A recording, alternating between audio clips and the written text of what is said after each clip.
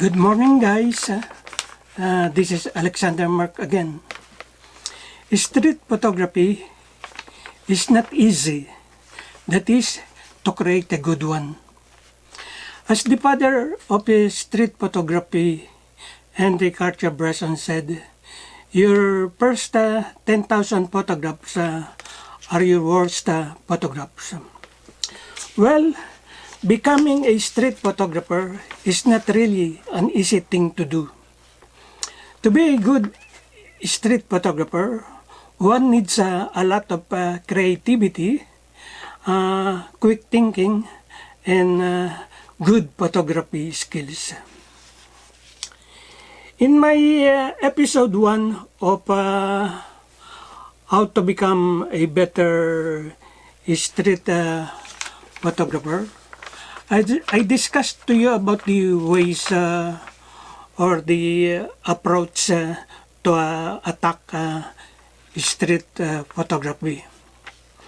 Today, I will give you tips on how to create or compose a good street photography. And that refers to its contents and forms. Okay guys, join me in my street photography.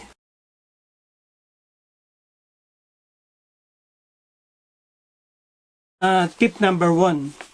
Follow the rules of photography composition.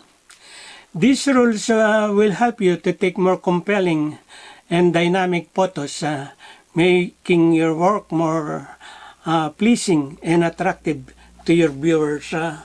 However, it would be impossible to have all these composition rules in your mind while you are shooting. You'll become crazy. A good practice is to use one or two of them at a time when you are shooting. For me, my favorites are 1. Rule of third. This is dividing your image into 3 vertical lines and 3 horizontal lines and placing your subject along the lines. 2 leading lines. These are lines that draw the viewer's attention to your subject immediately. And 3 framing. This is placing your subject in relation to other objects.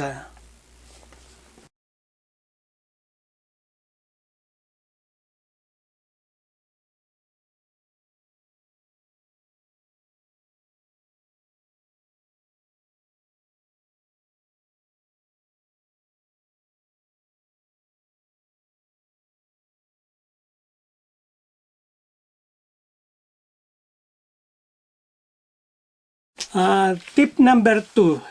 Get close to your subject. A famous photojournalist, Robert Capa, once said, if your pictures are not good enough, you are not close enough. It's true. The closer you get into your subject, the more interesting your images will become. What you get is more compelling images with lots of details and expressions. But this practice has some risk. So play safe, use your common sense always, and be aware of the laws of the place you are shooting.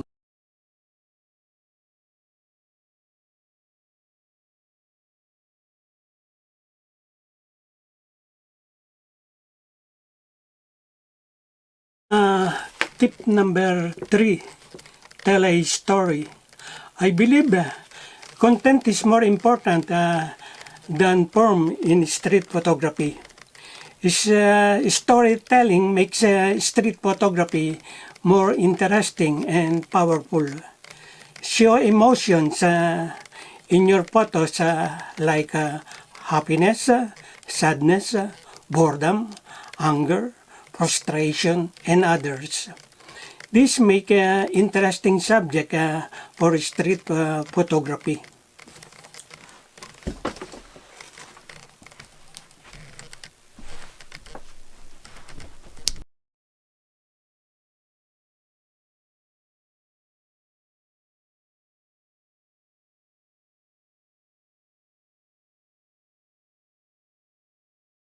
Number 4, look for contrasting subject or juxtaposition.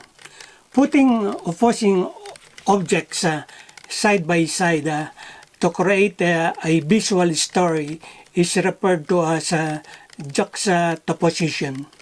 Juxtaposition is important as it elicits a response within the viewer's mind, such as creating a meaning from the contrast. It could be juxtaposition in colors, size, shapes, and others.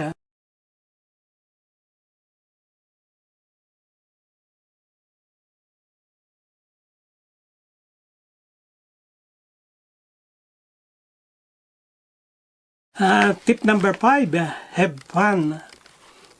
Don't get nervous, folks, about composition. Composition is important, but rules are meant to be broken. The main point is to enjoy yourself. You are your own boss, so photograph on your own way and style. There are no hard and fast rules in street photography. The most important thing is to have fun.